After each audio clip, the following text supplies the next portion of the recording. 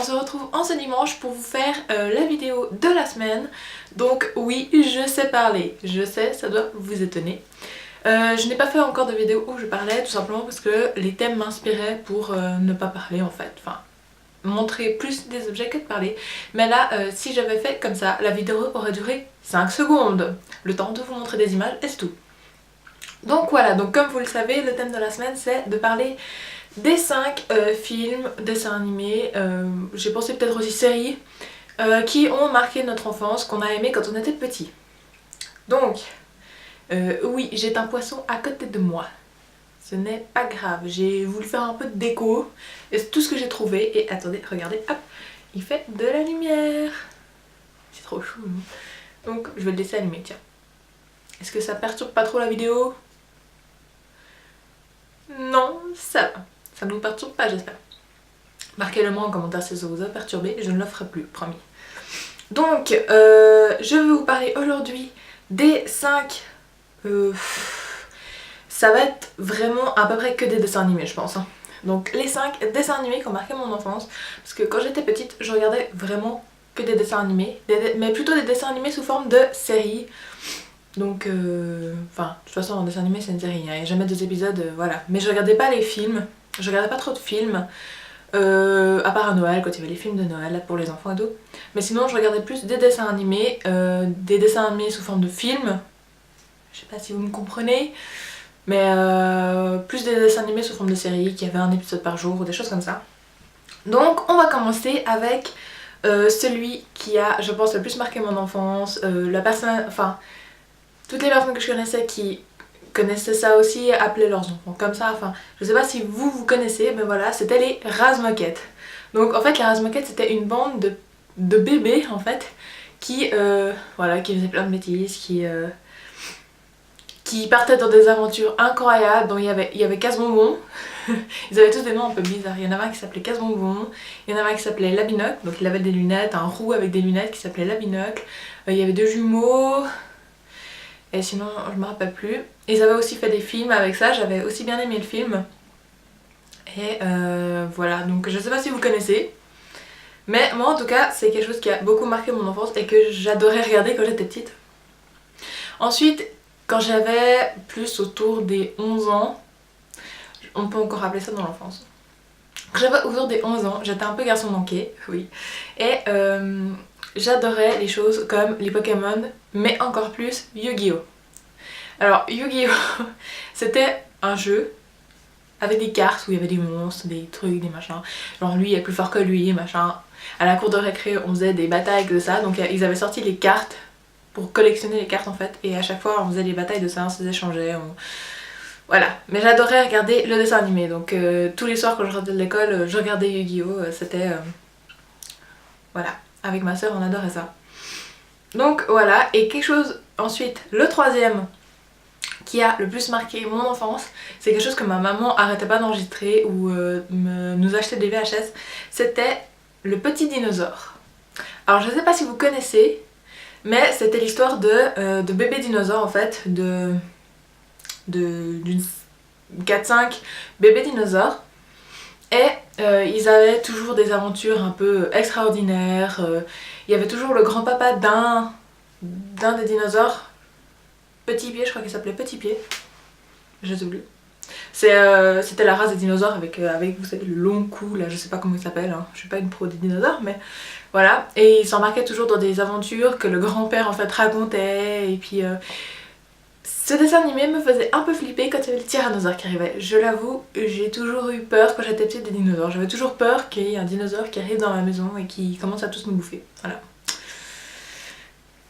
Ah, quand on est petit, on a peur de pas mal de choses, je pense. Hein, donc voilà, et en plus le tyrannosaure, il était tout moche et c'était vraiment...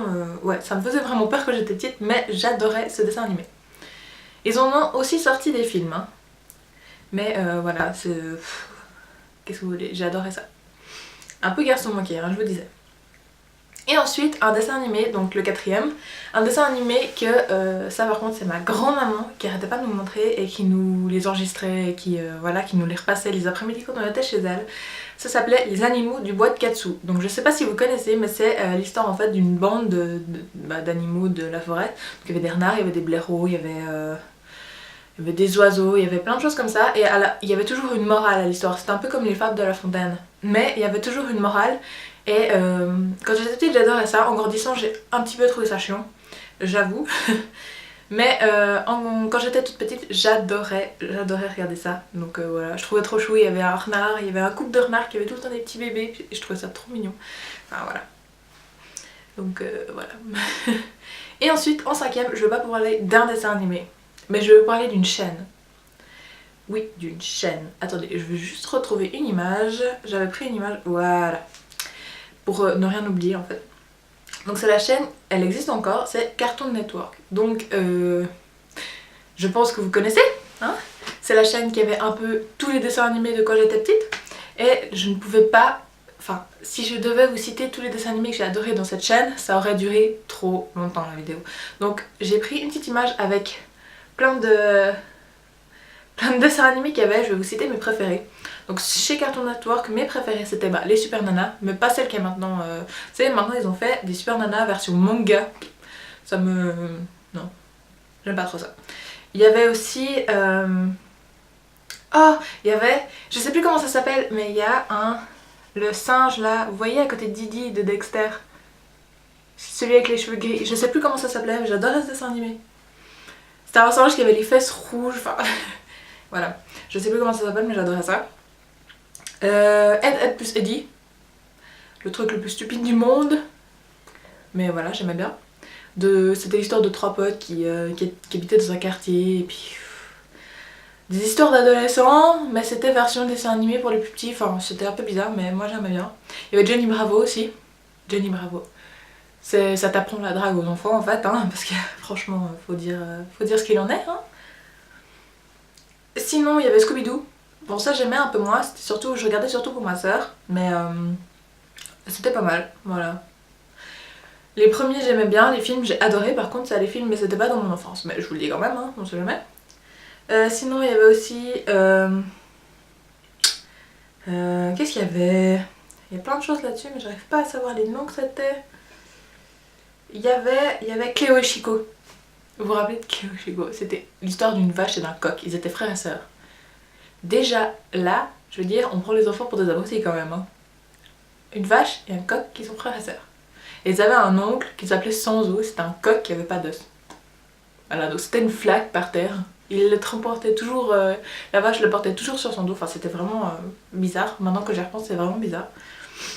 Mais voilà, donc je vais pas tout de suite vous le citer parce que ça serait trop long, mais c'était vraiment, voilà, je voulais pas vous parler d'un seul parce que j'aurais pas pu choisir. Donc je vous ai parlé de cette chaîne, donc Cartoon Network, ça existe toujours, mais maintenant il y a plus tellement de dessins animés sympas, hein, franchement. À part peut-être le dimanche matin, des fois dimanche matin je me mets devant la télé pour déjeuner et je regarde des dessins animés, donc voilà. Mais sinon, non, il y a plus grand chose de génial sur cette chaîne.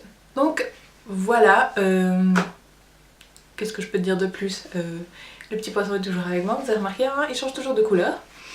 Voilà, cette vidéo est terminée, j'espère qu'elle vous aura plu, n'hésitez pas à me noter en commentaire les dessins animés que vous aimiez quand vous étiez jeune, que vous adorez même peut-être encore maintenant, hein, peut-être que vous êtes encore dans la préadolescence, je pourrais dire ça comme ça, donc n'hésitez pas à me noter ce que vous regardez à la télé, et puis si vous avez aimé, un pouce vert ça fait toujours plaisir, n'hésitez pas à vous abonner à la chaîne de la collab.